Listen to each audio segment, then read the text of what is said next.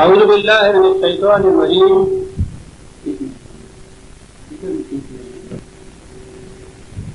بسم اللہ الرحمن الرحیم. عزیزان من، آج مئی 1968 کی 26 تاریخ ہے. درس قرآن کریم کا آغاز سورہ الشعراء کی آیت 52 سے ہو رہا ہے. 26/52. آپ کو یاد ہوگا کہ یہ سلسلہ کلام حضرت موسیٰ علیہ السلام اور فرعون کی آویزش سے متعلق ہے، اور گزشتہ کئی درسوں سے یہ مسلسل چلا آ رہا تھا. داستان بھی مسلسل چلی آ رہی تھی، اور راستے میں اس سے متعلق تضمنات ایسی آ گئی تھی، سپلیمنٹری جسے آپ کہتے ہیں، کہ ان کی وضاحت ضروری تھی. ان کی وضاحت کے بعد اب ہم پھر سلسلہ کلام کو مسلسل لے رہے ہیں. بات یہاں تک پہنچی تھی کہ فرعون نے بلاخر یہ مناسب سمجھا کہ حضرت موسیٰ علیہ السلام چونکہ مذہب سے متعلق گفتگو کر رہے ہیں، اس لیے ان کا ٹکراؤ اپنے ہاں کے مذہبی پیشواؤں سے، علماء سے کرا دیا جائے. چنانچہ اس نے مناظرے کی محفل منعقد کی بڑے شان و شوکت کے ساتھ، اور اسے پورا یقین تھا کہ اس میں اسے شکست ہو جائے گی. تو جب سلسلہ ہی سارا مذہب کا ہے، مذہب کے میدان میں شکست ہو جائے گی تو یہ فتنہ ختم ہو جائے گا. لیکن نتیجہ اس کے برعکس ثابت ہوا. شکست اس کے ہاں کے جو پنڈت تھے، روہت تھے، انہیں شکست ہوئی. حضرت موسیٰ علیہ السلام غالب آ گئے، اور اس پہ اس کا غصہ بہت بھڑک اٹھا. اس نے انتقام کے لیے اور کچھ سوچنا شروع کیا. سارین کا ایمان ہمارے سامنے آ چکا کہ انہوں نے کس جرأت اور بصارت سے اسے کہا کہ فقط مان کا خاص، جو کچھ کرنا چاہتا ہے کر دے، تیری دسترس تو ہماری اس طویل زندگی تک ہی ہے، اور زندگی تو ان طویل حدود کے اندر گھری ہوئی نہیں ہے، یہ تو اس سے بہت آگے بھی جاتی ہے. اس لیے وہاں تو تیری دسترس نہیں ہے. اصل میں ہمارے اندر ایک انقلاب پیدا ہو چکا ہے. ہمارا نسل العین حیات انا الی ربنا منقلبون، یہ ہے انقلاب. انقلاب یہ آ چکا ہے کہ ہمارا منتہا نگاہ تو نہیں رہا اور کوئی ہو گیا ہے. تو یہ ایک ایسی چیز تھی جس میں دیکھا گیا کہ ادھر سے انہوں نے اپنا تعلق منقطع کر لیا. یہ کفر بالطاغوت تھا، اور اس کے بعد ایمان باللہ جسے قرآن کہتا ہے اس پہ وہ آ گئے. تو اس کے بعد تو کوئی اور چارہ ہی نہ رہا فرعون کے لیے. آخری چارہ کار تو یہی تھا کہ اس کو ان علماء سے بھیڑا دیا جائے. یہاں بھی شکست کھائی تو پھر وہ اپنے ان حربوں پہ اتر آئے. اب قرآن کریم میں اس کے فوری بعد ہے وَأَوْحَيْنَا إِلَىٰ مُوسَىٰ أَنْ أَسْرِ بِعِبَادِي إِنَّكُمْ مُتَّبَعُونَ. ہم نے وحی کی موسیٰ کی طرف. اس تاریخ کو ایڈجسٹ کر.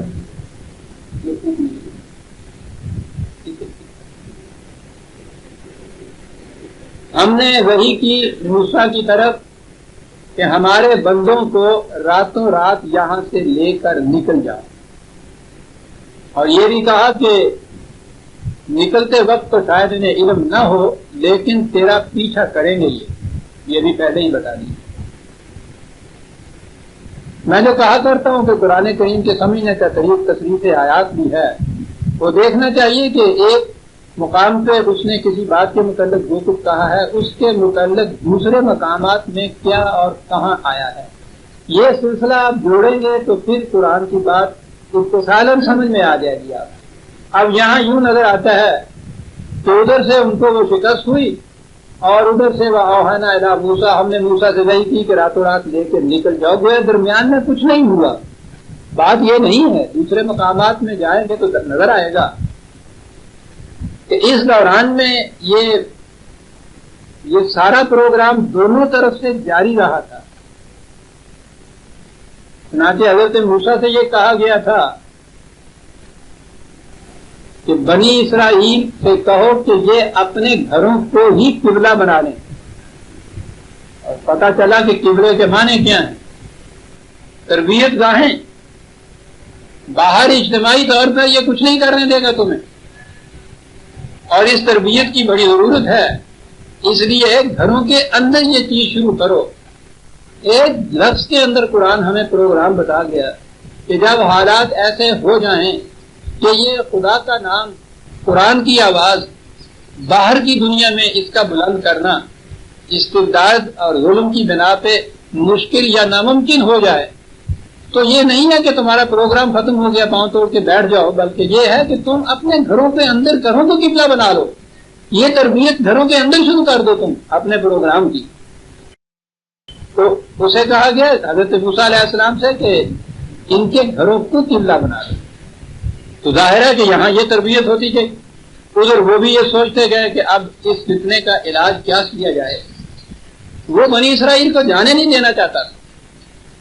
جیسا میں نے پہلے بھی عرض کیا تھا، حاکم اگر معصوم قوم کو اپنے سے جانے دے تو حکومت کس پہ کرے؟ وہ اپنی قوم پہ تو حکومت کر نہیں سکتا۔ حاکم کے لیے معصوم قوم کا وہاں موجود رہنا ضروری تھا۔ درمیان میں جو کچھ ہوتا رہا اس کے متعلق ایک اور کڑی ہمارے سامنے آتی ہے، سورہ المومن۔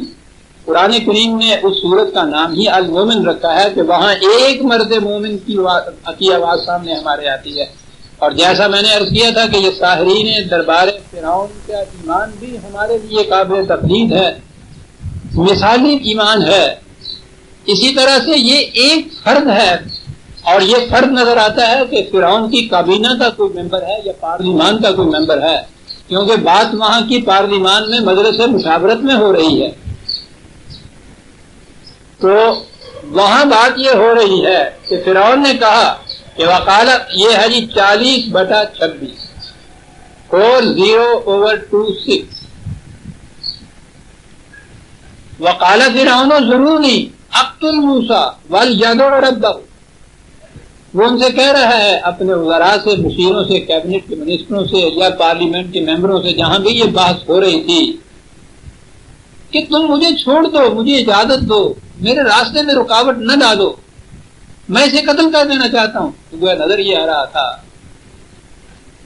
کہ یہ سارا پروگرام چلا آ رہا تھا اور یہ اپنے آخری حربے پہ اتر آیا تھا کہ اسے قتل کر دینا چاہیے، میں اسے قتل کر دوں گا، اور وہ اس کی مخالفت کرتے تھے پارلیمان والے۔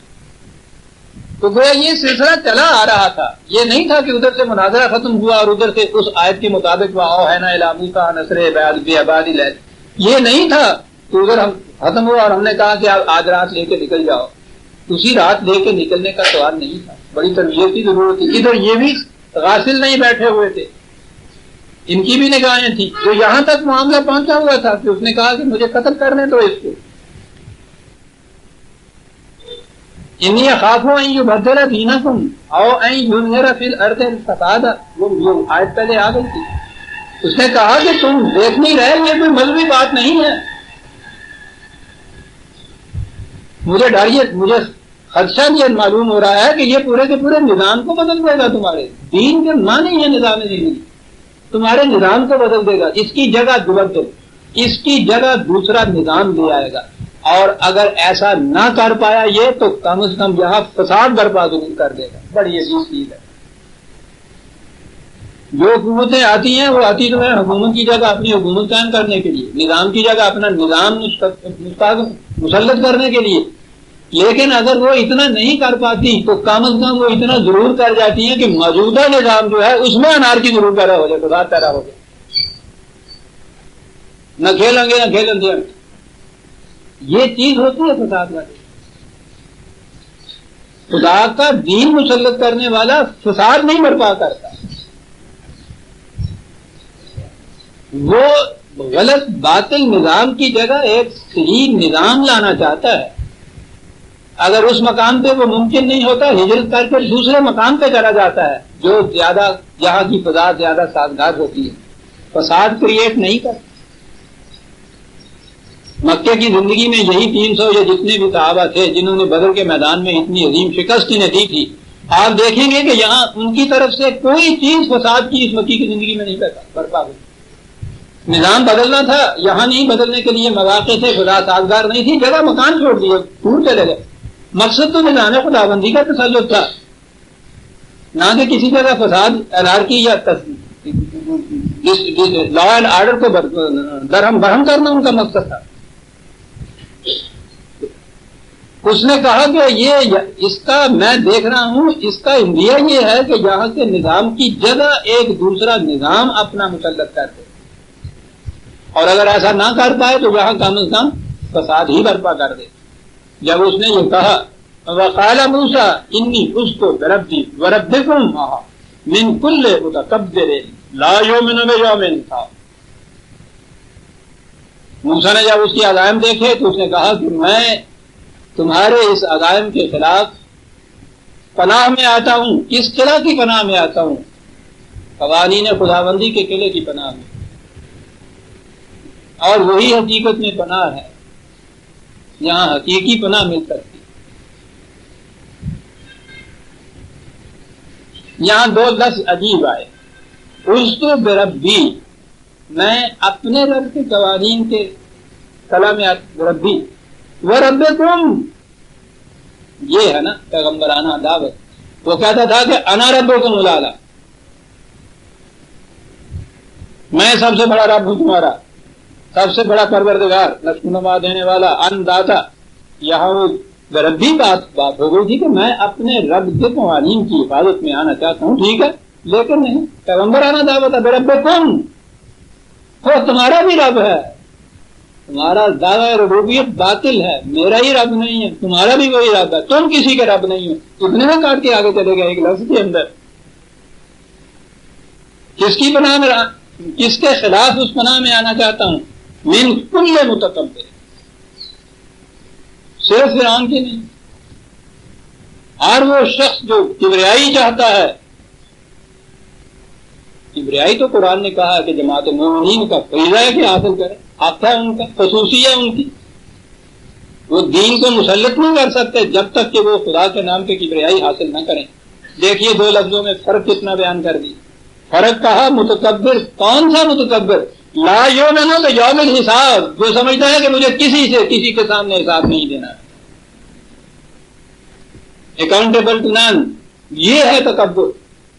مجھے کسی کو حساب نہیں دینا ہے، فائنل اتھارٹی میں ہوں، ساورینٹی میری ہے، اقتدار اعلیٰ میرا ہے، مجھے کسی کو حساب نہیں دینا. تکبر اس کو کہتے ہیں. ورنہ میں نے جیسا کہا ہے کبریائی جو ہے، تکبر تو خدا کی سب سے بڑی ہے. مومن کے متعلق وہ قرآن کہتا ہے کہ ان کو کبریائی ملتی ہے، بغیر الحق نہیں ملتی، حق کے ساتھ کبریائی ملتی ہے. بغیر الحق کی کبریائی کس کو ملتی ہے؟ جو یہ سمجھتا ہے کہ مجھے کسی کو حساب نہیں دینا، میں محفوظ بھی نہیں ہوں. اب جہاں بھی یہ صورت پیدا ہو جائے، وہ نظام کسی شکل کا کسی قسم کا کیوں نہ ہو، جو یہ کہے کہ مجھے کسی کے سامنے میں جواب دہ نہیں ہوں، مجھے کسی کو جواب نہیں دینا، میرا مواخذہ نہیں ہوگا، یہ جو ہے یہ ہے وہ تکبر جسے ابلیسی یا وہ شیطانی تکبر کہتے ہیں، عزازیلی جسے کہا کرتے ہیں. ایک تکبر یہ ہے، کبریائی یہ ہے کہ وہ جو برگزان نے کہا ہے control over things not over men. یہ لوگ کنٹرول ہوتا ہے ان کا چیزوں کے اوپر، انسانوں کے اوپر نہیں. اور اکاؤنٹیبلٹی تو بڑی چیز. بات ہی اصل میں یہ ہے کہ ایک قطرے کا مجھے دینا پڑا حساب. جب یہ چیز ہو جائے پیدا تو وہ تکبر نہیں ہوتا تھا. اس جگہ تو منتصر المزاج ہی کوئی نہیں ہوتا تھا جس کو یہ پتا ہو کہ مجھے ایک ایک لفظ کا بھی جواب دینا ہے. وہ جو ایک فکرہ تو عام طور پہ آپ نے اب سنا بھی ہوگا، بہرحال اللہ کا شکر ہے کہ میں نے اس کو عام کیا. حضرت عمر رضی اللہ تعالیٰ عنہ کا وہ قول کہ اگر بجرا کے کنارے کوئی کتا بھی بھوک سے مر گیا، اگلے لفظ نہ جہاں آتا ہے مومن کا، تو مجھے اس کی بھی جواب دہی ہوگی میرے دل میں. یہ جواب دہی مجھ سے اس کی بھی بات پوچھ ہوگی. یہ ہے اصل چیز. اب یہاں آپ دیکھیے کہ یہاں وہ خدا نہیں بن جاتا کہ یہی اس کے پاس نہیں رہتی. فائنل اتھارٹی، سورینٹی، اختیار اعلیٰ، بغیر کسی کو حساب دیے ہوئے اپنے آپ کو حاکم مطلق یہ نہیں سمجھتا مجھے اس کا بھی حساب دینا ہوگا، اس کا بھی مواخذہ ہوگا. آخری لفظ جو تھے شہادت کے بعد بھی حضرت عمر کے رضی اللہ تعالیٰ عنہ وہ یہ چیز تھی عجیب چیز ہے یہ مواخذے کا احساس. یوں ہی بیٹھے ہوئے تھے, ایک تنکا پڑا ہوا تھا, اس کو اٹھایا آپ نے, آدھا جمع عمر کا. آپ سوچیے تو صحیح مقام کیا تھا اس کی زندگی, اس قسم کی سفیدہ سحر کی بے داغی نہیں, نورانیت سے بھری ہوئی زندگی ہے. وہ کہہ رہے ہیں آخری وقت میں اس کی راہ میں جان دی جا رہی ہے, اور تنکا اٹھا کے کہتے ہیں کہ کاش عمر ابن خطاب امیر المومنین نہ ہوتا, گھاس کا یہ تنکا ہوتا تو اس سے حساب تو نہ مانگا جاتا. نے کہا آپ کیا کہہ رہے ہیں, آپ کے تو نیکی کے پگڑے میں اتنا کچھ ہے, وہ جھکا ہوا ہے. کہنے لگے میرے عزیز, تمہیں اس بارگاہ کے معیار کا پتہ نہیں. عمر وہاں اگر برابر سرابر بھی چھوٹ جائے تو خوش قسمتی سمجھے گا اپنے. یہ احساس ہے. پوچھا گیا خلافت کس کو کہتے ہیں, کہنے لگے میں تو یہی جانتا ہوں کہ اس بات کا جواب دینا کہ لیا کس سے تھا اور کیسے تھا, اور اس بات کا جواب دینا کہ دیا کس کو تھا اور کیسے تھا. خلافت اس بات کا جواب دے, اور یہی ایمان ہے. دیکھیے کس طرح سے دو لفظوں میں بات قرآن ایک کہانی کہہ رہا ہے. ان کہانیوں کے اندر آپ دیکھیے ایک ایک لفظ میں کتنے غیر متبدل حقائق اور اقدار بیان کر جاتا ہے. بے ربی و رب کن میں نے آپ سے کہا کہ رب کن کا اضافہ یہاں جو ہے, معاف رکھیے گا, کہانیاں ہم نے بھی لکھی ہیں. کوئی کہانی لکھنے والا اضافہ یہ نہیں کرے گا, وہ کہے گا رنم ہے, اس کی ضرورت نہیں ہے, زائد ہے یہ. اور زائد لانا جو ہے نقص ہوتا ہے تحریر کا ادب میں. لیکن یہ تو زائد نہیں, بات تو اس نے یہ کہنی میرا ہی رب نہیں تمہارا بھی رب ہے. آگے جب یہ کہا ہے متکبر تو بات یہاں ختم ہو جاتی ہے. ہم اگر کہانی لکھتے ہیں تو ہم متکبر کہہ کے بات ختم کر دیتے. اس نے کہا اب بتاتا ہوں میں متکبر ہوتا کون ہے. لا یوں میں نہ بجاؤ میرے حساب, جو یہ سمجھتا ہے کہ مجھے کسی کو حساب نہیں, وہ متکبر ہے. اس سے پناہ مانگی جا رہی ہے جو سمجھتا ہے کہ میں نے کہیں حساب نہیں دینا. اسے استبداد کہتے ہیں, اسے تکبر کہتے ہیں. عزیزان مجھے کہیں حساب نہیں. بنیادی فرق ہے. اور یہاں میں نے کہا ہے کہ یہ ان کی غالباً پارلیمنٹ میں جیسے ڈسکشن ہو رہی ہے, وہاں یہ بات, وہاں ایک شخص اٹھتا ہے وقال رجل مومن من آل فرعون یکتم ایمانہ, وہاں کھڑا ہوتا ہے ایک رجل مومن اس وقت تک اپنے ایمان کو چھپائے ہوئے, اور ایسا وقت آ گیا جب اس نے دیکھا کہ اب چھپانے کا وقت نہیں رہا. ہندوستان میں پڑھتے آئے تھے ہم بچپن میں, اب تو وہ کتابیں نصاب میں نہیں رہیں گے. بڑی چیزیں تھیں وہ. تو کارے بے فضول من درائے مرا در آ سخن گفتن نہ شائے.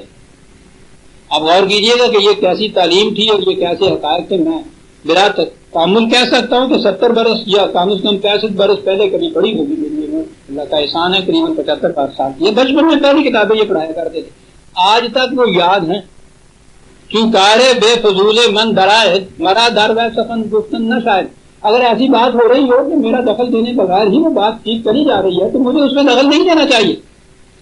وگر بینم کے نابینا چاس, اگر خاموش بھی نشینم گناس. لیکن اگر میں دیکھوں کہ اندر چلا جا رہا ہے اور آگے گناہ ہے, اس وقت اگر میں خاموش بیٹھا رہتا ہوں تو یہ گناہ ہے. کس طرح یہ باتیں کیا جاتے تھے یہ لوگ. تو یہ وقت آ گیا, انہوں نے دیکھا کہ اندھا ہے اور آگے کنواں ہے. اب خاموش بیٹھنا گناہ. اور یہاں سے عزیزان من قرآن کی کشادہ نگہی بھی دیکھیے. مرد مومن ہے دربار فرعون کا,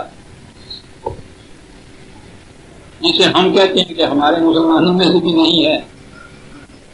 اتنا عرصے پہلے کی بات ہے. قرآن اپنے الفاظ کے اندر بہت زیادہ, معاف رکھیے گا کوٹڈ کہوں گا, بخیل واقعہ ہوا. ایک لفظ زائد نہیں لکھنا چاہتا. قیامت تک کے لیے محفوظ کتاب ہے. عزیزان من ایک پورا رکوع اس نے اس مرد مومن کی تقریر کو وربیٹم کوٹ کر دیا, لفظاً کوٹ کیا ہے, ایک پورا رکوع. کتنی سعادت بختی ہے اس مرد مومن کی کہ جس کی پوری تقریر جو ہے قرآن کے دفعتین کے اندر آ جائے، قیامت تک کے لیے محفوظ ہو جاتا ہے. اور کتنی اہمیت ہوگی اس تقریر کی. اس نے اس کاز کو اس طرح پلیٹ کلیئر کیا ہے، جو مسئلہ ہے اس کے اوپر اس طرح سے روشنی ڈالی ہے کہ حضرت موسیٰ علیہ السلام کچھ کہتے تو نظر آتا ہے کہ ملزم کا بیان ہے، مخالف کا بیان ہے، دشمن کا بیان ہے، اپنوں میں سے یہ شخص اٹھ کے اور یہ سارا کچھ کہتا ہے. اور پھر عزیزان من استبداد جو ہے وہ تو ہمیں نظر آتا ہے. معاف رکھیے، میں نے کہا تھا کہ ایک رکوع ہے، اب میں جو دیکھ رہا ہوں ایک سے بھی زائد ہے عزیزان من، 1.5 رکوع کے قریب ہے. یہ بڑی بات. اور آخری بات وہ کہتا ہے، آہا، تقریر کا اختتام مقطع یہ ہے، فَسَتَذْكُرُونَ مَا أَقُولُ لَكُمْ، شاید آج تمہاری سمجھ میں یہ بات نہ آئے کہ میں کیا کہہ رہا ہوں. تم ہوا کے گھوڑے پہ سوار. اس کے بعد کبھی یاد کرو گے کہ کسی کہنے والے نے کیا کہا تھا. اور آگے ہے، میں یہ بھی جانتا ہوں کہ اس کے سامنے اس طرح سے جو ٹوک لگی لپٹی رکھے بغیر ان باتوں کو یہ کہہ دینا جو اس کے بھی خلاف جاتی ہیں، میں جانتا ہوں اس کا انجام کیا ہوگا. جاننے کے بعد وَأُفَوِّضُ أَمْرِي إِلَى اللَّهِ، کوئی بات نہیں، میں اپنا معاملہ اس کے سپرد کرتا ہوں. اور اس کے بعد وہ نکل جاتا ہے. یہ ہے قرآن اور یہ ہے داستان عزیزان. میں کہہ یہ رہا تھا کہ بات یہ نہیں ہوئی تھی کہ مناظرہ ختم ہوا اور قرآن نے، اللہ تعالیٰ نے حکم دے دیا کہ آج رات نکل جاؤ یہاں سے. اسی رات نکلنے دیتا تھا اور اسی رات ابھی تیاری تھی. یہ سب کچھ درمیان میں ہو رہا تھا. معاملہ جب آخر تک پہنچ گیا ہے تو وہاں پھر یہ بات ہوئی. ہم نے کہا موسیٰ سے کہ اب یہاں مزید نہیں ٹھہرنا. اپنے پروگرام کے مطابق یہ ہو رہا ہے، ایفیزرلی نہیں ہو رہا، پورے سکون کے ساتھ ہو رہا. اب یہاں سے نکل جاؤ، انکم متبعون، یہ پیچھا کریں گے تمہارا.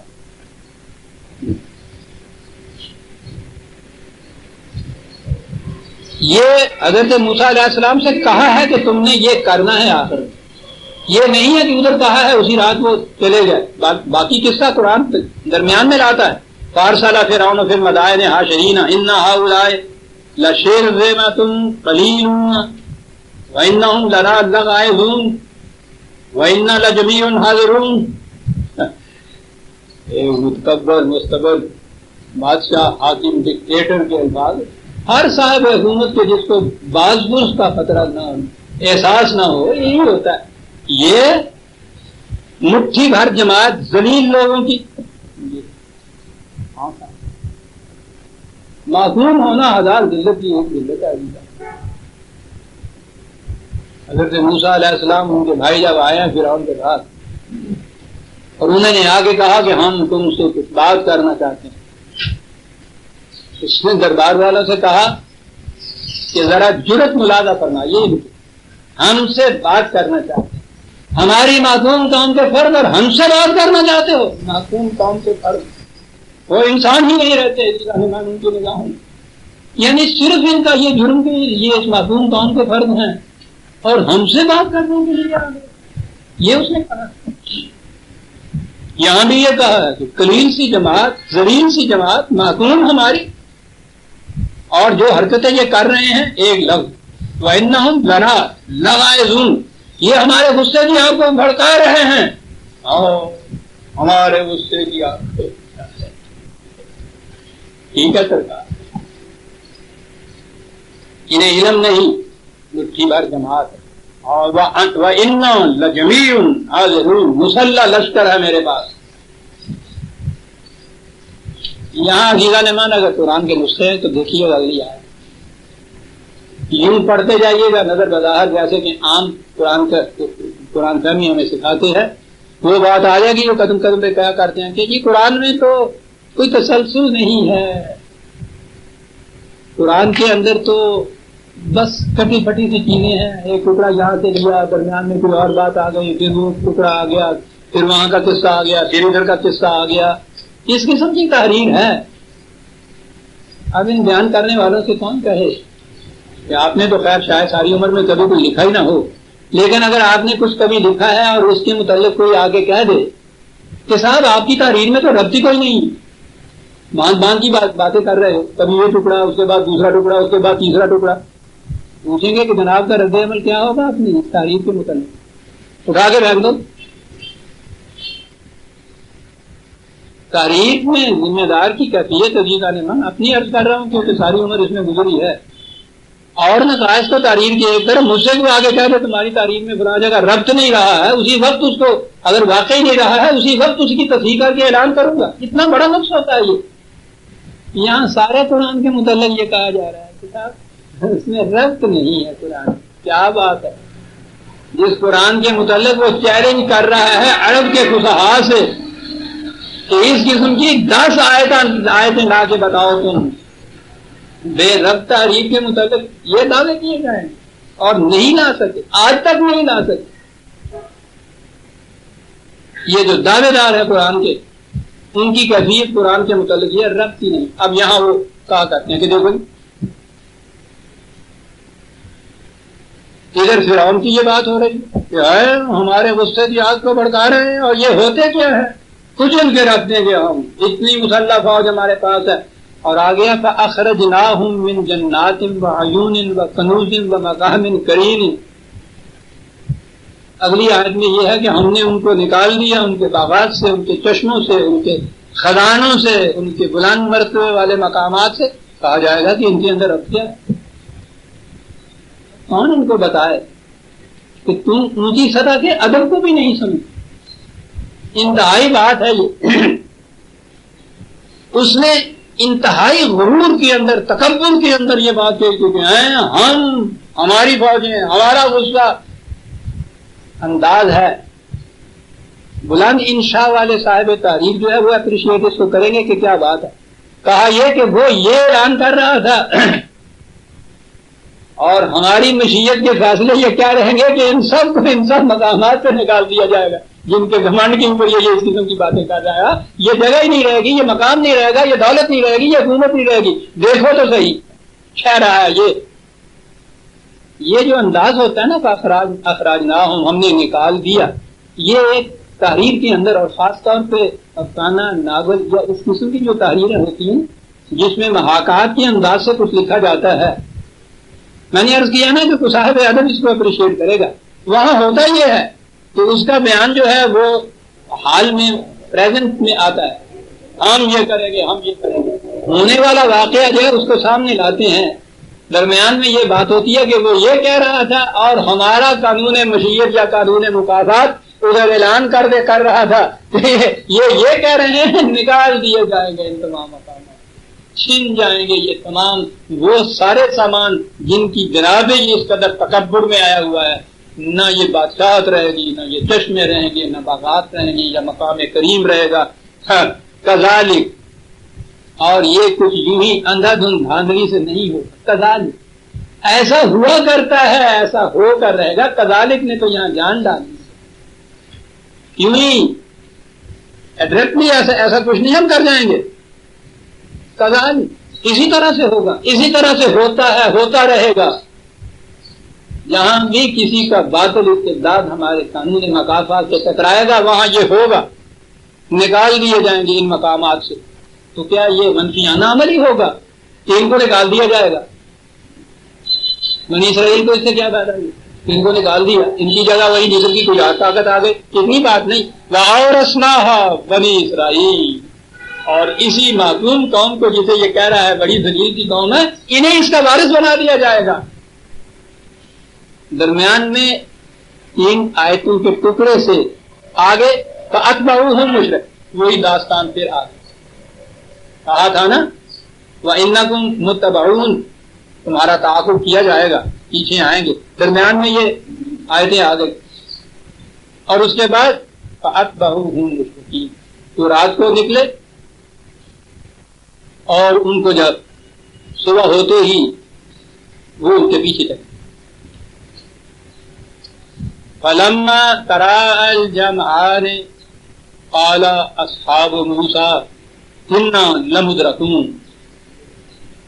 حضرت موسیٰ علیہ السلام بس اس قوم کو ہی لے کے نکلے تھے.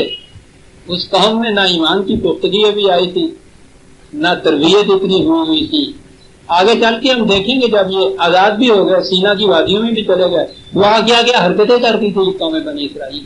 پہلی بات تو یہی نظر آ رہا ہے، خدا کا ایک پیغمبر، ایک نہیں 2 پیغمبر ہیں، وہ خدا کی وحی کی بنا پر ان کو وہاں سے لے کے نکل رہے ہیں.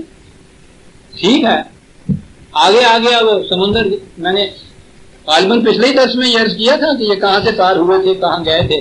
وہی ریڈ سی یا بحیرہ کلثوم کی آخری شاخ جہاں اب نہر سویز کھود دی گئی ہے. اس زمانے میں نہر سویز نہیں کھودی ہوئی. بہرحال آگے آ گیا پانی، سمندر. پیچھے انہوں نے دیکھا کہ اس کا لشکر آ گیا. اب اگر تو یہ یقین ہوتا نا کہ خدا کا ایک نبی لیے آ رہا ہے تو اطمینان ہوتا. تو تھے تو ہمارے جیسے، انہوں نے کہا موسیٰ مارے گئے، ہم پکڑے گئے، قدرت میں پکڑے گئے. اور ادھر ہے وہ صاحب یقین، قالا کلا، اللہ اردو میں بڑی عجیب چیز ہے، بڑے پورے اطمینان کے ساتھ، یقین کے ساتھ جو بات کہی ہے، کہا ہرگز ایسا نہیں ہوگا. نظر بظاہر آ رہا ہے، سامنے سمندر ہے، پیچھے پھر ان کا لشکر ہے، درمیان میں یہ مختصر سی جو بات ہے. یعنی ہر اربا جسے کہتے ہیں نا، ہر اربا لگانے والا اس وقت یہی کہے گا کہ ہاں صاحب یہ ہو گیا. وہ شخص یہ کہتا ہے کلا، ایسا ہرگز نہیں ہوگا. کیوں نہیں ہوگا؟ یہ ہے ایمان عزیزان. کیوں نہیں ایسا ہوگا؟ کہا انا معی ربی، میں اکیلا نہیں آ رہا، یہ میرا فیصلہ نہیں ہے، میرے ساتھ میرا رب ہے. فرعون کے ساتھ اس کے لشکر ہے، میرے ساتھ میرا رب ہے. اب آئی وہ بات جو میں نے پچھلے درس میں کہی. اس کے بعد تو اگلی بات ہمارے ہاں یہ کہتے ہیں نا کہ وہ گیا اور ان سے کہا کہ یہ اپنا عصا مارو سمندر پہ مارا، وہ پھٹ گیا اور اس کے اندر سے یہ نکلا. یعنی اتنا بڑا معجزہ دکھائے گا خدا. یہ جو ہے میرے ساتھ میرا رب ہے. وہ رب کی معیت جو ہے، ساتھ ہونا جو ہے خدا کا، وہ کیا بات کرے گی؟ مان ایک لفظ ہے جس کے اوپر گھوم جانے کو جی جاتا ہے. قرآن ہے یہ. کیا کہا؟ میرا رب میرے ساتھ ہے. انہوں نے جو کہا ہم پکڑے گئے مارے گئے، تو یہ تھا نا کہ راستہ ہے، سمندر جو ہوا آگے، پیچھے مڑ نہیں سکتے، فوج آ رہی، تو راستہ تو بند ہو گیا. راستہ نہیں. اس نے کہا کوئی بات نہیں، میرا رب میرے ساتھ ہے. کیا کرے گا؟ سیہدین، وہ راستہ دکھا دے گا. رب نے راستہ دکھایا تھا، رب نے معجزہ نہیں دکھایا تھا. وہاں تو سوٹا مارو سمندر بھر جائے گا. راستہ دکھایا. ایک لفظ میں ساری بات کہہ گیا قرآن. اور عزیزان من، خدا کی معیت جو ہے اس کا مفہوم بھی سمجھ میں آ گیا. خدا ساتھ ہوتا ہے. اب اس زمانے میں تو پیغمبر اور خدا براہ راست آپس میں بات ہوتی تھی، براہ راست کو پیغمبر کو بات بتاتا تھا. اب تو براہ راست ہمیں نہیں بتاتا خدا. پھر ہمیں سیاحدین جہاں مقام ایسا آئے گا جہاں ہمیں نظر بظاہر کوئی راستہ نہ ملے. اور پریشانی وہاں ہوتی ہے جہاں کوئی راستہ نہ ملے. جہاں راستہ سامنے ہو نا، کبھی ذہنی پریشانی نہیں اس وقت ہوتی. تدبیر سوچتا ہے آدمی اس وقت، تدبیر غلط ہو سکتی ہے. یہ نہیں ہوتا کہ ہن کی ہوئے گا، ہن کی کریے. آپ دیکھتے ہیں پریشانی اس کو کہتے ہیں جہاں راستہ کوئی نظر نہ آئے. اب جو ہمارے ساتھ تو براہ راست تو خدا اب بات نہیں کرے گا جیسے حضرت موسیٰ سے کی، وہ تو آخری بات اس نے آخری پیغمبر سے کر دی. لیکن اس کا اعجاز یہ ہے کہ اب قیامت تک زندگی میں جہاں جہاں ایسے مشکل مقامات آئیں گے کہ آگے سمندر ہو، پیچھے فرعون ہو، راستہ نظر نہ آئے، اس وقت خدا کی یہ کتاب راستہ دکھاتی ہے انسان کو. یہ ہے اعجاز. کرامات نہیں دکھاتی. معجزہ ہی اگر دکھانا تھا تو حضرت موسیٰ تک محدود تھا. ہمیں کیا فائدہ اس کا؟ ہمارے لیے اس میں کون سی ہدایت کی بات ہوگی؟ دکھا دیا معجزہ، چھوٹا ہمارا سمندر پھٹ گئے. اب ہمارے چھوٹا مارنے سے تو سمندر نہیں پھٹ. ہمارے لیے پھر کیا ہے کہ جہاں اس کی راستہ دکھانا. اس نے اس کو کتاب ہدایت پہلے لفظ کہا، ہدل للمتقین۔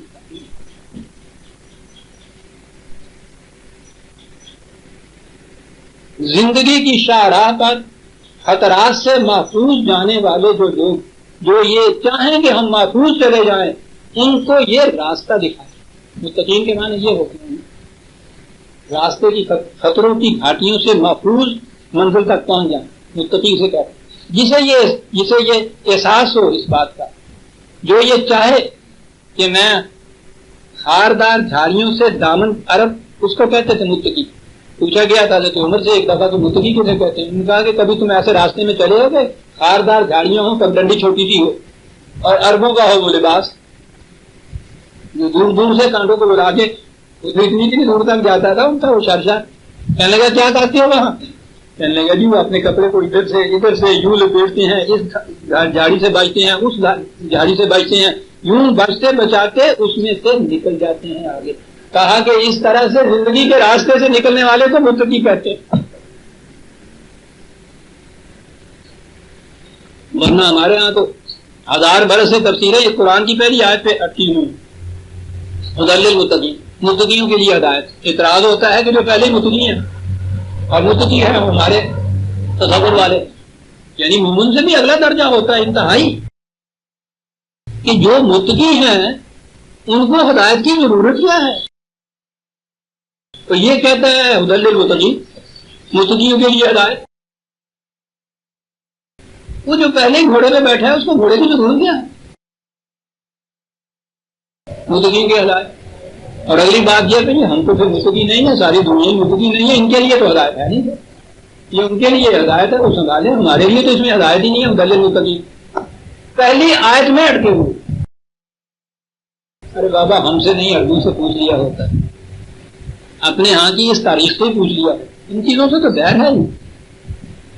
کس عمدگی سے بات سمجھا دی، متقی کہتے تھے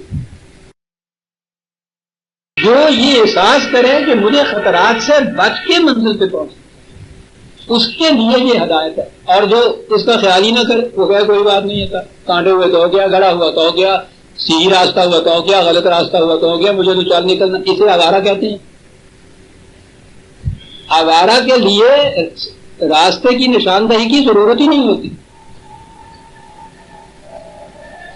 ضرورت اس کے لیے ہوتی ہے جو منزل مقصود تک پہنچنا چاہے، اور وہ چاہے کہ راستے میں ڈاکو، راہزن، کوئی خاردار جھاڑیاں، کوئی سانپ، کوئی بچھو، کوئی جنگلی درندے، کوئی گڑے، یہ نہ آ جائیں، میں صحیح سلامت منزل تک پہنچ جاؤں۔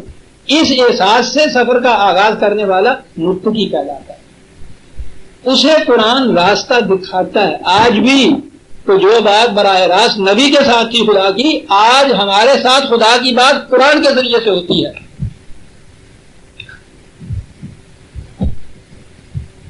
براہ راست اس وقت اگر یہ وحی ہماری طرف نہیں ہوتی تو خدا نے اس کو کلام اللہ کہا ہے۔ حضرت موسیٰ علیہ السلام کی خصوصیت کبریٰ یہی کہتے ہیں، کلم اللہ موسیٰ تکلیما، خدا نے کلام کی۔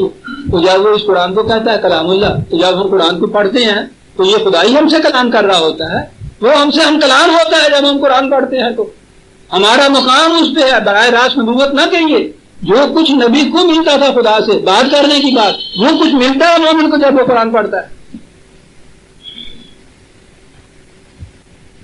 اس نے کیا دیا تھا وہی نہیں نظر آتا، مومن کا مقام قاری نظر آتا ہے، حقیقت میں ہے قرآن،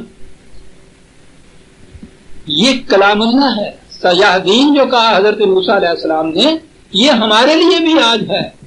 اگر اس رب کے اوپر ایمان ہے، اس کی کتاب پہ ایمان ہے، تو وہ ہر دوراہے پر، ہر مشکل مقام پر، جہاں راستہ سجھائی نہ دے کوئی، جہاں نظر آئے کہ یہ سامنے موت ہے، پیچھے دشمن ہے، کہا وہاں راستہ دکھاتے ہیں۔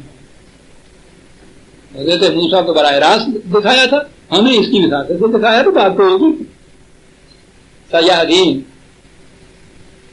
اور وہ تو وہاں ایک ہی راستے کی ضرورت ہوگی، دکھایا ہوگا۔ ہمارے متعلق تو وہ کہتا ہے وَمَنْ جَهَدَ فِيهَا لَنَهْدِيَنَّهُ سُبُلَنَا، جو ہماری طرف آنے والے راستے کے لیے جدوجہد کرتا ہے، قرآن میں جا کے نکلتا ہے، تلاش کرتا ہے، ہم اسے ایک راستہ نہیں کئی راستے دکھا دیتے ہیں۔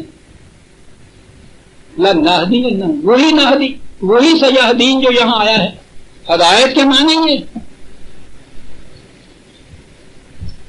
ضمن میں یہ کر دوں، یہاں سبلنا کہا ہے، کئی راستے، تو پھر کہا جائے گا کہ قرآن تو کہتا ہے جناب صراط المستقیم، ایک صراط، وہ تو ایک صراط کی دعا سے کہتا ہے ایک راستہ، یہاں سبل کہتا ہے، وہ کتنے راستے قرآن کے ایجاد نہیں لانے میں۔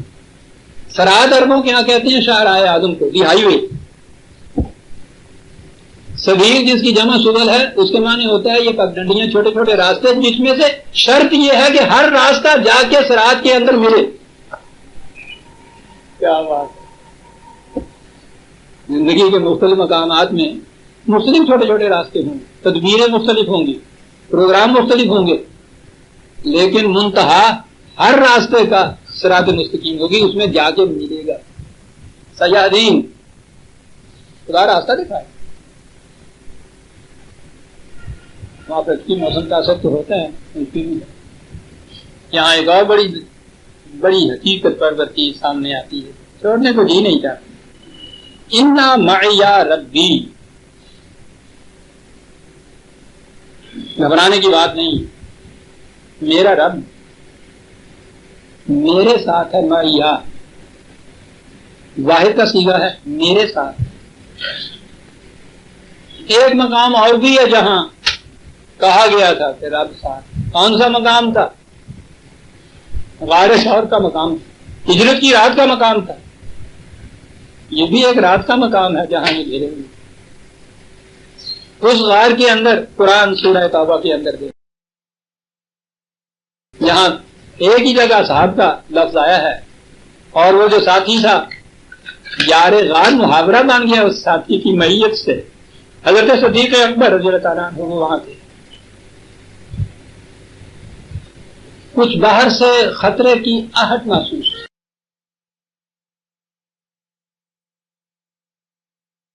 احساس پیدا ہوا خطرے حزن کا،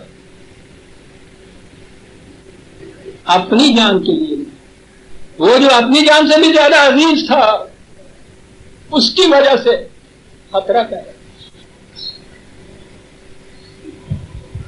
جو رفیق تھا اس کی بھی نگاہ ہے، اس نے باندھ لیا کوئی چیز پریشانی کی ہے۔ عزیزان ایمان، وہ مقام دیکھیے، ان دونوں مقامات میں تقابل۔ میں یہ عرض کروں گا کہ یہ بات نہیں ہے کہ میں دو نبیوں میں تقابل کر رہا ہوں، اگرچہ قرآن نے یہ کہا ہے بدلنا بعدهم علی بعض، فضیلت ہے انبیاء میں بھی، میں نہیں تقابل کر رہا۔ آپ دیکھیے گا کہ بات کتنی گہری ہے۔ آپ نے فرمایا، حضور نبی صلی اللہ علیہ وسلم نے فرمایا کہ لا تحزن، مت گھبراؤ، ان اللہ معنا، ہمارا رب ہمارے ساتھ ہے۔ حضرت موسیٰ نے کہا تھا ان ربی معیا، میرا رب میرے ساتھ ہے۔ یہ کہتے ہیں کہ ہمارا رب ہمارے ساتھ ہے۔ کیا بات ہے! نظر آ گیا کہ اس موسیٰ کی قوم کے اندر ابھی ایمان کی پختگی والا کوئی ایسا نہیں تھا کہ جس کے متعلق حضرت موسیٰ یہ کہتے کہ ہمارا رب ہمارے ساتھ ہے۔ وہاں حضرت موسیٰ کا ہی رب تھا، ابھی میت موسیٰ ہی کوئی حاصل تھی، اس لیے انہوں نے یہی کہا کہ میرا رب میرے ساتھ ہے، راستہ دکھائے گا۔ یہاں ساتھ وہ ہے جس کو برابر کا درجہ دیا رسول اللہ صلی اللہ علیہ وسلم نے فرمایا ہے کہ لا تحزن ان اللہ معنا۔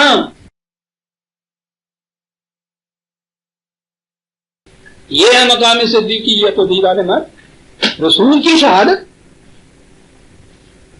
اب جس کی میت کے متعلق رسول شہادت دے دے، اور گوئی وہ تھے، دونوں کو برابر کے لیے ایک لفظ ہے معنا۔ سوچئے تو صحیح کہ خدا کی میت سے انکار کیا جا سکتا ہے؟ یہ ہوتا ہے فرق۔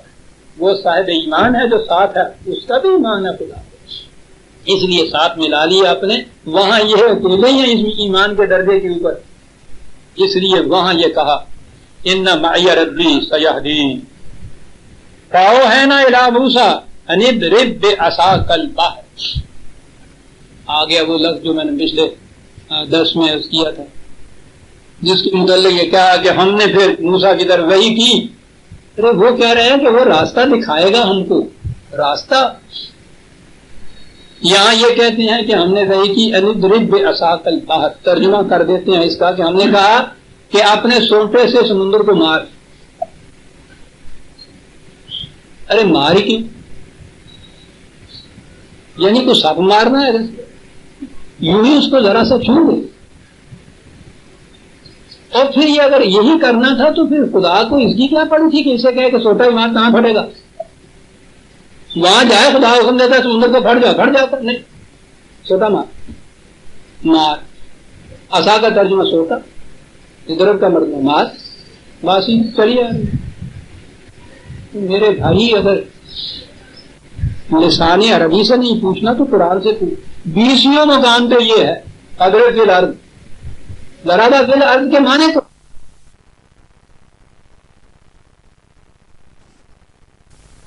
سفر کرنا، لے کے جانا، مسافر طے کرنا. عرب اس ضربہ کو بے شمار معنوں میں استعمال کیا کرتے تھے. یہ ضربہ فی الارض وہ سفر کرنے کو اس لیے کہتے تھے کہ وہ کہتے تھے کہ انسان پاؤں سے زمین کو یوں مارتا ہوا جاتا ہے. ضربہ اس لیے کہتے تھے. وہ تو ضرب المثل بھی کہتے تھے. ہمارے یہاں جو ان سے سنیے وہ ترجمہ کرتے ہیں مثال مار دی اس نے، یعنی اردو میں ترجمہ ملازہ کرنا مثال مار دی. ہمارے یہاں مثال دینا کہتے ہیں، ان کے یہاں ضربہ فی الارض قرآن میں استعمال ہوا ہے متعدد مقام. عصا کے معنی میں نے بتا دیا تھا، جماعت کے ہوتے. کہا ان سے یہ، وہ تو یہ کہتے تھے نا کہ آگے سمندر ہے تمہارے جائیں گے. موسیٰ سے ہم نے کہا کہ کوئی بات نہیں ہے ڈرنے کی، اپنی جماعت کو لے کے سمندر کی طرف جو راستہ جاتا ہے نا ادھر کو چلے. ٹھیک ہے، سجا دی. راستہ ہم بتائیں گے تمہیں آگے. راستہ سمندر میں سے ملنا ہے. فاضرب بعصاک البحر، اپنی جماعت کو لے کر سمندر کی طرف چل نکل. یہ ہے ترجمہ. میں نے پچھلی دفعہ بتایا قرآن کے دونوں مقامات صاف میں ڈالی. راستہ کیا دکھایا؟ وہ یہ 20/77 20/7.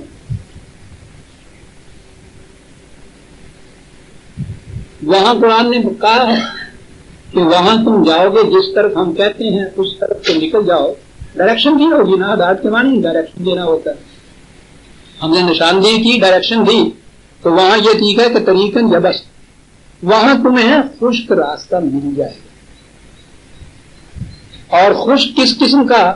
پہلے ہی سے خشک ہوا نہیں ہے، رہون کہا ہے اس کو.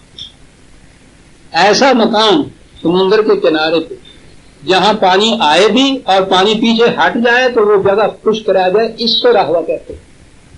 ایسے مقام سے لے کے نکل جاؤ ان کو کہ وہ جہاں وہی مد و جزر کسی کی. تو میں نے پچھلی دفعہ عرض کیا تھا کہ یہودیوں نے خود اب تورات کا جو نیا ایڈیشن شائع کیا ہے امریکہ، اس میں جہاں یہ چیزیں انہوں نے کہی تھی نا، یہ تورات میں باتیں تھیں ان کے افسانے کے سوٹا مارا سمندر پھٹا، وہاں انہوں نے نئی ایڈیشن کے اندر یہ لکھ دیا ہے. تو نہ بابا اس قسم کی کوئی بات نہیں تھی.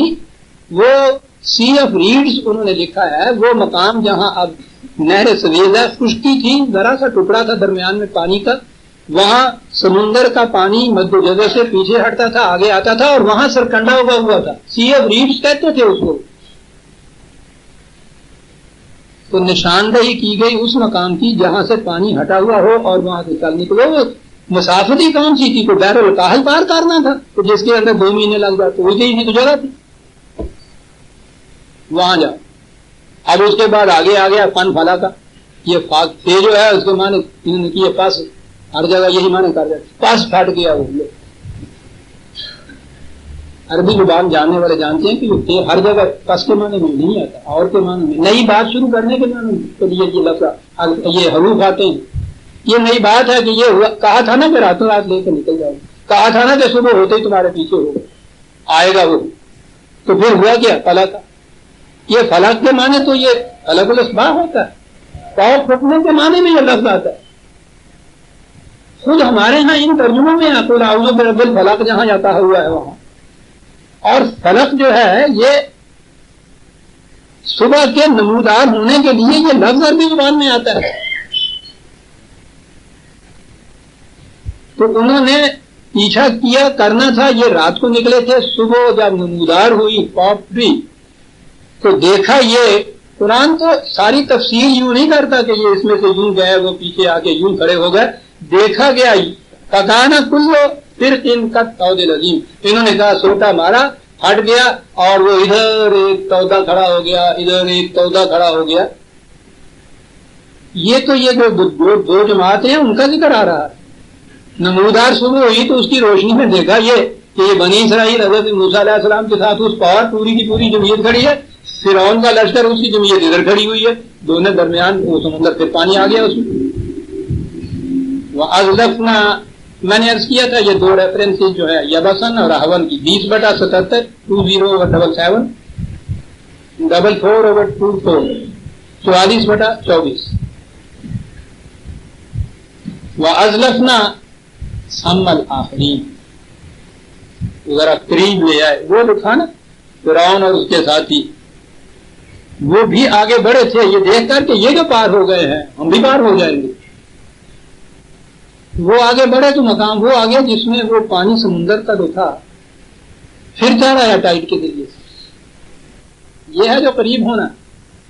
وَأَنْجَيْنَا مُوسَىٰ وَمَن مَّعَهُ أَجْمَعِينَ، موسیٰ اور اس کے ساتھی جو تھے وہ تو پورے کے پورے غرق ہونے سے بچ گئے. ثُمَّ أَغْرَقْنَا الْآخِرِينَ، اور یہ جو پیچھے آ رہے تھے ان کے وہ غرق ہو گئے، جتنے بھی ان میں سے آئے ہوں گے. فرعون تو ساتھ تھا، وہ لیڈ کر رہا تھا ان کو. جب میں وہاں آؤں گا جہاں قرآن نے فرعون کے غرق ہونے کی داستان کا وہ مقام آیا ہے، بڑی حقیقت کشا باتیں وہاں آئی. وہ وہاں غرق ہو گئے. ان فی ذالک لآیہ، اس میں بھی غور کرنے والوں کے لیے بہت بڑی نشانیاں ہیں. معجزے میں تو غور کرنے والے کے لیے نشانی نہیں ہوتی. معجزہ تو عجز سے ہے، جہاں غور اور فکر عاجز آ جاتا ہے معجزہ تو وہاں ہوتا ہے. تو معجزے میں کیا نشانی ہوتی ہے غور کرنے والے کے لیے؟ نشانی تو یہ تھی کہ ایسے مقامات میں پار کیسے کیا جاتا ہے. آندھی تکلیف سے دوسرے کے پیچھے پیچھے چلنے سے یہ دیکھے بغیر کہ اب یہ مد و جزر کا مقام ہے، پانی آ جائے گا، ڈوبا کیسے جاتا ہے. سمجھنے کی بات تو یہ تھی. آیا فما کان اکثرهم مومنین، لیکن اس کے باوجود اکثریت کی کیفیت یہ ہے کہ وہ اس بات پہ ایمان نہیں لاتے کہ یہ اس طرح سے خدا کے قانون کے مطابق یہ سب کچھ ہوا تھا. تو موت کا موت ہی مانتے جاتے ہیں. اگر ہمارے متعلق یہ بات تو یہ ہے کہ ہم اس بات پہ ایمان نہیں لاتے کہ یہ اس طرح سے بھی خدا ان طریقوں سے رہنمائیاں کرتا ہے، تو ہم یہی مانتے چلے آئیں گے کہ نہیں وہ سوٹا مار کے سمندر میں پاڑتا ہے، پاڑ دیا ایک دفعہ، پھر اس کے بعد تو نہ پڑا آتا. اور دوسری بات اگر ان کی متعلق ہے ٹھیک ہے، تو وہ اس بات پہ ایمان نہیں لانے والے تھے. حالانکہ اتنی کوشش کی حضرت موسیٰ علیہ السلام نے، دلائل ابراہیم سے سمجھایا، مناظرے کی ماخذ میں یہ سب چیزیں پیش کی، ایمان نہیں لائے. یہاں تو یہی ہے وَإِنَّ رَبَّكَ لَهُوَ الْعَزِيزُ الرَّحِيمُ، عزیز اور رحیم. خدا صاحب غلبہ، وہ جو غلط راستوں پہ چلنے والا تھا، وہ جس کو مستبد کہا، متکبر کہا، اس کے لیے تو وہ عزیز ہے، صاحب غلبہ ہے. یہ جو اس کے راستے پہ چل کے بچ گئے ہیں اس کے لیے وہ صاحب رحمت ہے. عزیز اور رحیم دونوں کے لیے یہاں آ گئے. اور یہ جو ڈوبے ہیں یہاں تو یہی کہا ہے. ایک اور مقام ہے عزیزان مان، وہاں عجیب الفاظ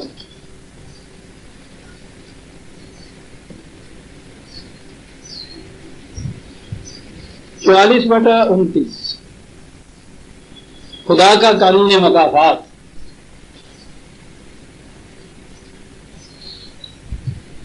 عجیب چیز ہے اس کے عزیز ہونے کی جگہ.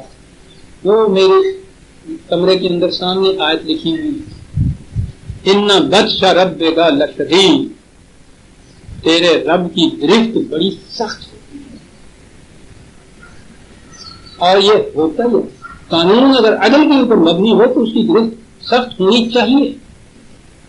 اگر وہاں بھی اس کی گرفت ڈھیلی پڑ جاتی ہے تو پھر ظالم اور مجرم تو یوں ہی ہاتھ میں سے نکل جاتے ہیں. وہاں گرفت سخت ہونی چاہیے. ہونی کس کے لیے چاہیے؟ بات یہ ہے اصل میں سن، گرفت وہاں ڈھیلی نہیں ہونی چاہیے. اگر حق کے مطابق، عدل کے مطابق، قانون خداوندی کے مطابق جرم کی سزا کے لیے گرفت ہوئی ہے، گرفت سخت ہونی چاہیے. اور اسی لیے وہ دوسرا مقام ہے جہاں وہ قوم سمود کے متعلق ہے، وہ ناقہ صالحہ کا قصہ وہاں پھر یہ ہے کہ دمدمہ علیہم رب، دمدمہ کا لفظ روڈ رولر بھیج دیا خدا نے اس قوم کے.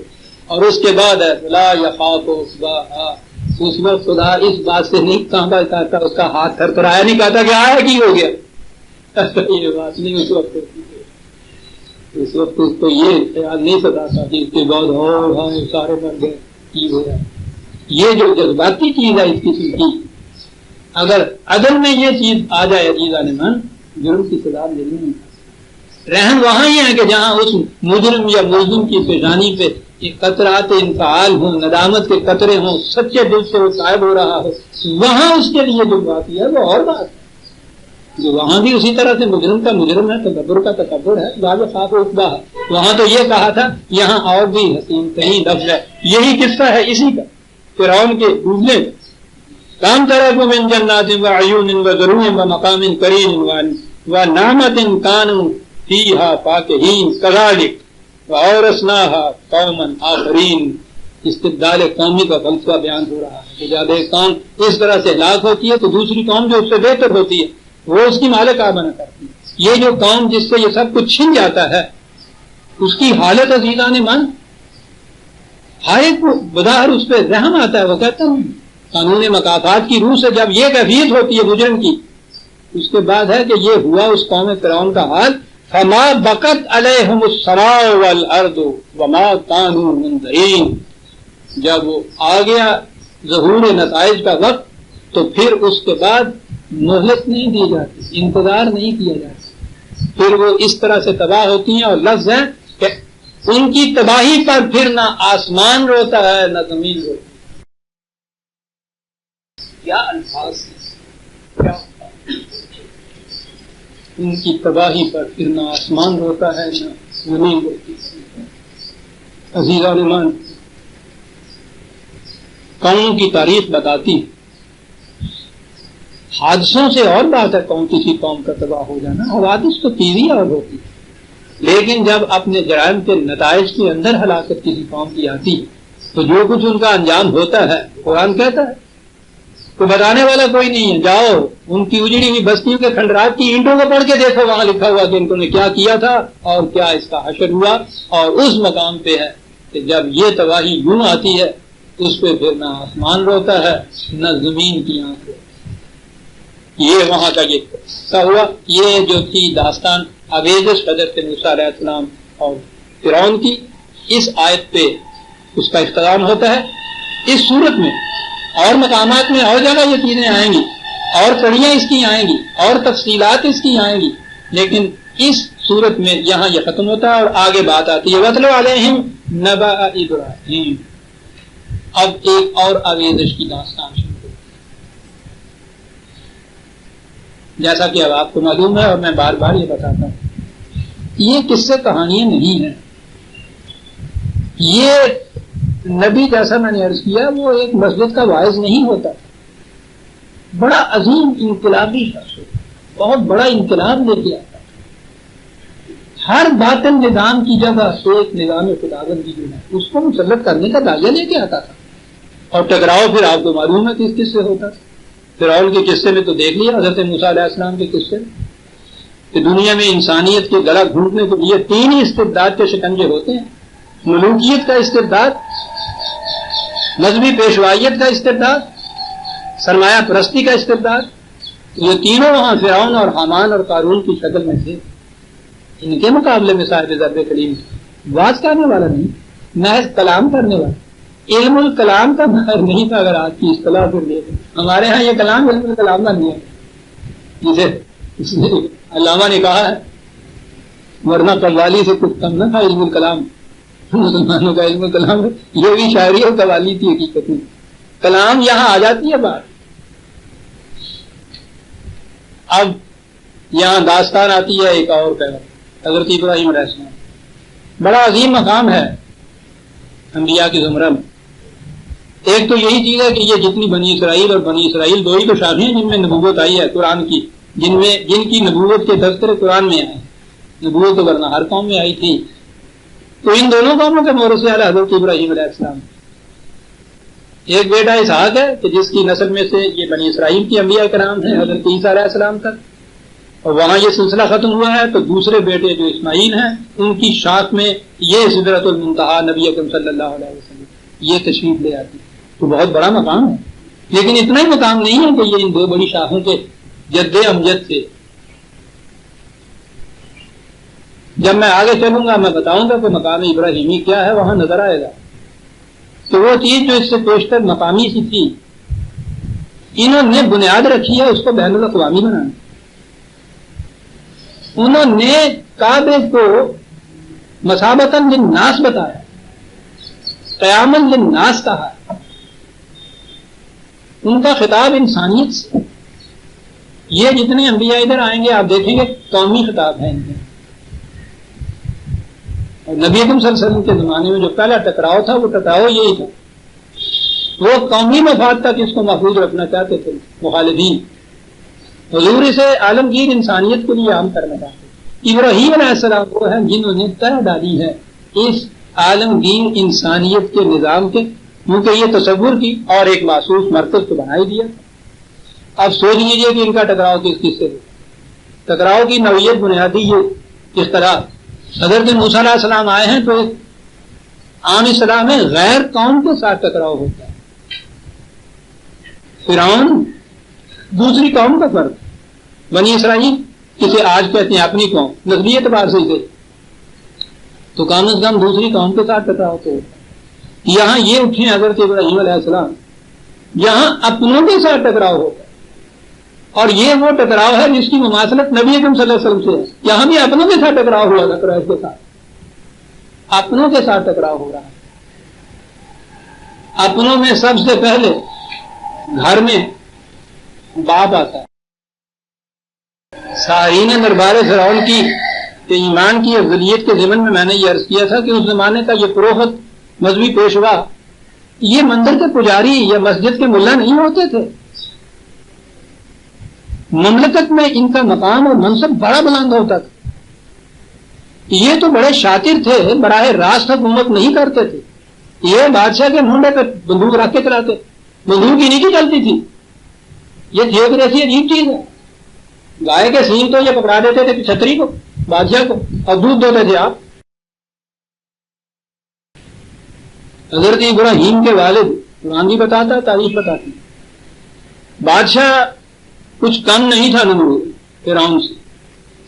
اس زمانے میں اپنی مملکت کے اندر ہر بادشاہ جو تھا وہ آخری سربراہ ہوتا تھا. اس بادشاہ کی مملکت کے سب سے بڑے منصب دار مذہب کے پجاری پنڈت حضرت ابراہیم علیہ السلام کے بعد، اور یہ منصب وراثت میں آیا کرتا تھا. تو اب سیدھی سی بات ہے کہ اتنا بڑا منصب اور ان کے حصے میں آنے والا ہے تو دونوں چیزیں آ گئی. جلب منفعت جسے کہتے ہیں، فائدہ کتنا ہے اس کے اندر. دوسری طرف اس مخالفت کے اندر باپ کس طرح سے معاف کر دے. اسے جو کہا جائے کہ جو کچھ تم کر رہے ہو، جو کچھ تم ان سے کہہ رہے ہو، جو کچھ اس مسلک اختیار کر رہے ہو، بادشاہ کی جا کے تلک لگاتے ہو، سب بادل ہے، تمہاری ساری کمائی آرام کی. باپ چھوڑ دے گا آسانی سے. اور پھر جب وہ بادشاہ کو پتا چلے گا کہ یہ کہہ رہا ہے کہ اس بادشاہ کی ملازمت حرام، اس کی کمائی حرام، اس کے ساتھ رہنا حرام، تو وہ بادشاہ کیا کرے؟ پھر وہ قوم میں جو مسلک تھا پورے کا پورا بت پرستی کا، اس کے خلاف، باپ کے خلاف، پوری اپنی قوم کے خلاف، قوم کے مستقل حاکم کے خلاف، اس وطن کے اندر رہتے ہوئے. آپ دیکھتے ہیں کہ تقابلی اعتبار سے دیکھا جائے تو اگر کہ حضرت موسیٰ علیہ السلام کی آمیزش بہت بڑی صبر آزمائش حضرت ابراہیم کی اس سے کہیں زیادہ تھی. بات ہی قرآن نے یہاں سے یہ شروع کی، اور اس کے لیے بھی میں دیگر مقامات سامنے لاؤں گا تو آپ دیکھیں گے کہ کس جرت سے، کس بے باکانہ انداز سے آپ نے یہ بات کی. اس قال لأبیہ وقومہ ما تعبدون، یعنی انگلی دکھتی ہوئی رکھوں کو ڈالی جائے. یہ مقام جو ہے بڑا ہی نازک ہوتا ہے ایموشنلی، جذباتی طور پر. کسی کے بدھ کے متعلق، کسی کے خدا کے متعلق یہ کہا جائے کہ وہ یہ ہے جو ہے جس کی تم مرتب کیے گا. احانت اور اتنی بڑی احانت، توہین اور اتنی بڑی توہین. یہاں تو غنیمت ہے کہ اب وہ ہیں نہیں لڑنے والے، اب بھی وہ انڈیا سے ہندوستان سے جو آتی ہیں وارداتیں، اور جب ہم وہاں تھے تو ہمارے ساتھ تو روزے ہوتا تھا. خود ہمارے ہاں ہمارے شہر میں یہ چیز ہوتی تھی، 2 قسم کے ٹکراؤ. یہ تازیہ نکلتا تھا، بڑے مشہور تھے تازیہ ہمارے یہاں سنتا ہوں. راستے میں ایک پیپل کا درخت آیا کرتا تھا. پیپل ہندوؤں کا دیوتا ہوتا. پیپل کی شاخ بڑھ کے بازار کے یوں نکلی ہوئی تھی. تازیہ آ رہا تھا، اس کے اوپر کی جو چوٹی تھی وہ ٹکراتی تھی، جاتا نہیں تھا وہاں. اب انہوں نے کہا کہ وہ ایک درخت کی شاخ ہی تو ہے، وہ کاٹ دیا گیا. یہ کیا ہجوم کر کے سارا شہر نکلا ہے نہیں کا کہ تم دیوتا کو ہاتھ لگا کے دو. یہاں پاک یہ کہ ہم اس کو جھکا نہیں سکتے تمہارے دیوتا کے سامنے. اب دیوتاؤں میں ٹکراؤ جب ہو تو پھر یہ ہوتا ہے، پیپل دیوتا ہوتا ہے. اب ایک کے یہ 2 دیوتا ہوں تو پھر تم مخالفت ہوتی ہے. آپ کو پتا ہے نا کہ وہ لالا جی نے وہ ایک پیپل کا پودا لگا دیا تھا، پوربیے کو ایک چوکیدار رکھ دیا تھا، مالی تمہارا کام ہے اس کی حفاظت بھی کرو، مالی کو اس کی پانی وانی بھی دیا کرو. تو وہ روز آ کے دیکھ لیتے تھے، ڈنڈوت بجا لاتے تھے. اچھا وہ بڑ پھول رہا تھا، ایک دن آ کے دیکھا تو وہ پیپل کا وہ توڑ جو تھا ٹنڈ ہوا ہوا. ارے دیوتا اور یہ اثر، اور اس کو وہ دے رہے ہیں پیسے، اور پیسے لالا جی دے رہے ہیں. ایسا پڑھے پیچھے تم نے یہ کیا کیا، کہاں گئے ہوئے تھے، کہاں مار گئے تھے؟ کہنے لگا حضور یہی تھا، میں کہیں جاتا ہی نہیں، میں تو دیر رات اسی کے پاس رہتا ہوں. اور تمہارے دیکھتے ہوئے یہ پورا کہ میرے سامنے سب کچھ ہوا. کہنے لگا وہ کیا ہوا؟ کہنے لگا جی سانڈ آیا، اس نے آ کے یوں ایک منہ مارا بھاگ گیا. تو تم دیکھتے رہے؟ کہنا نہیں دیکھتا نا تو کیا نہ کرتا. سانڈ بھی آپ کا دیوتا، پیپل بھی آپ کا دیوتا، میں کس کو مارتا کس کو چھڑاتا. وہاں یہی دیوتا تھا جس کی شاخ بڑی ہوئی. یہ جو آپ سنتے ہیں نا تو 200 ادھر سے مار کے 400 ادھر سے مار کے، کس چیز سے مارتے ہیں؟ معبود کی ایک شاخ تراشی تھی، اور یہ صاحب اٹھتے ہیں اور ان سے اب ساری قوم سے بھی کہتے ہیں، جو ان کا سب سے بڑا اسقف ہے، مہامنتری باپ، ان سے یہ کہتے ہیں اس کالا لے ابھی قوم میں ہی ماں تعبدو ماں تعبدو. یہ عربی والے جانتے ہیں اس ماں کے اندر کتنی چوڑن ہے. عام طور پر بے جان چیزوں کو جن کے اندر جان تک بھی نہ اس کو کہتے ہیں وہ خدا مانتے ہیں. یہ کہتا ہے کیا ماں کیا ہے کہ جن کو پوجا کرتے ہیں. قالوا نعبد اصناما ونظل لها عاکفین. اس نے کہا کہ یہ تو تم بھی دیکھتے ہو، ٹھیک ہے اصنام ہے، صنم ہے. دوسرے وقت میں بتاؤں گا کہ اصل میں یا اوثان یا وثن کہتے کس کو. ٹھیک ہے پوچھتے ہیں، ہم پوچھتے ہیں، پوچھتے رہیں گے، یہی ہوگا، اسی پہ جمے رہیں گے. کون ہو تم یہ کہنے والے؟ ایک لفظ میں ہے فنظل لها عاکفین. ٹھیک شروع میں یہ بات غصے کی جا رہی. حضرت موسیٰ علیہ السلام بھی جب آئے تھے فرعون کی طرف تو خدا نے کہا تھا کہ جاتے ہی ہنسنا نہ دینا، اس سے بات نرمی سے پہلے کرنا، شاید کہ تیرے دل میں اتر جائے میری بات. نبی تو اتنی سی اپرچونٹی کو بھی ضائع نہیں کرتا. یوں بات شروع کرنا. اب یہاں بھی آخر میں جا کے تو ہم دیکھیں گے کہ یہ جو ضرب ابراہیمی ہے، تیشہ ابراہیمی کیا کرتا ہے. بات نبوت میں آپ دیکھیں گے عزیزان ایمان، بات ہمیشہ دلائل سے ہوتی. پہلی چیز یہ ہوتی ہے، آپ کو یاد ہوگا میں نے سورہ حدید میں جو میں نے 57 یہ جو ہے نا پروگرام نبوت کا یا تبلیغ نبوت کی یا اس اقدامات کی تسلسل میں تدریجی کیفیت ایک آیت میں اس کو بیان کیا قرآن نے. 57/25 57/25 لقد ارسلنا رسلنا بالبینات. رسول بھیجے ہم نے اپنے، اور یہ سب رسولنا، یہ گویا ہر رسول کی کیفیت یہ تھی، یہ تھا پروسیس ان کا، طریقہ کار ان کا آخر تک پہنچنے کے لیے منازل. پہلی چیز بالبینات، دلائل کے ساتھ، شروع میں لاٹھ مارنے کے لیے دلائل کے ساتھ. وہ اپیل اپنے فکر کو آخر کرتا بالبین، دلائل، واضح دلائل. دلائل کے بعد اگلا منصبہ یہ آتا ہے جو دلائل کی روح سے فائل ہو جائیں.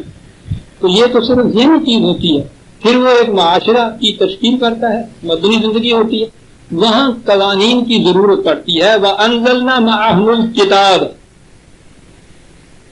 قانون ان کے لیے، قانون الفاظ کی شکل میں رہے تو سرمن یا واز ہوتا ہے، لیکن اس کے ساتھ وَالْمِيزَانَ لِيَقُومَ النَّاسُ بِالْقِسْطِ، یہ نظام عدل تاکہ وہ ان قوانین کو نافذ کرے، اس کے مطابق پھر یہ لوگ چلیں جو بینات کی روح سے ایمان لا چکے ہیں۔ ایمان لٹھ بازی سے نہیں لایا جائے، دو طبقے، دو گروہ موجود رہیں گے اس کے اندر، ایک وہ جو دلائل و براہین کی روح سے ان حقائق کے اوپر صداقتوں پہ ایمان لا چکے، ایک وہ جو نہیں لائے ہیں ایمان، ان کو زبردستی ایمان نہیں ان سے لوایا جائے، زبردستی کے ایمان کو ایمان ہی نہیں کہتے۔ وہ اقبال جرم ہوتا ہے جو یہاں سامنے تھانے میں کیا جاتا ہے، عدالت میں جا کے مکر جاتا ہے، وہ یہو جا ایمان ہوتا ہے۔ دوسری یہ قوم ہوتی ہے اس میں جن کو عام طور پہ ذمہ کہا جاتا ہے، ان کی حفاظت کا ذمہ آپ لیتے ہیں، ٹھیک ہے۔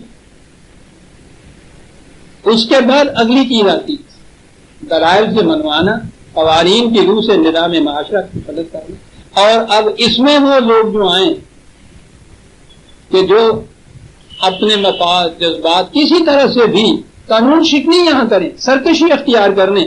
وَأَنزَلْنَا الْحَدِيدَ، وہاں آتا ہے تلوار کا معاملہ،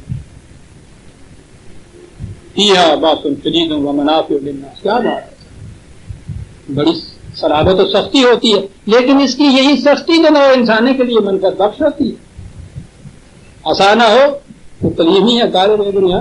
میں نے عرض کیا تھا یہ دیکھیے تدریج قرآن نے اس پروگرام کی خود بتائی، پہلی چیز رسولوں کے لیے بینات دلائل سے آتے ہیں۔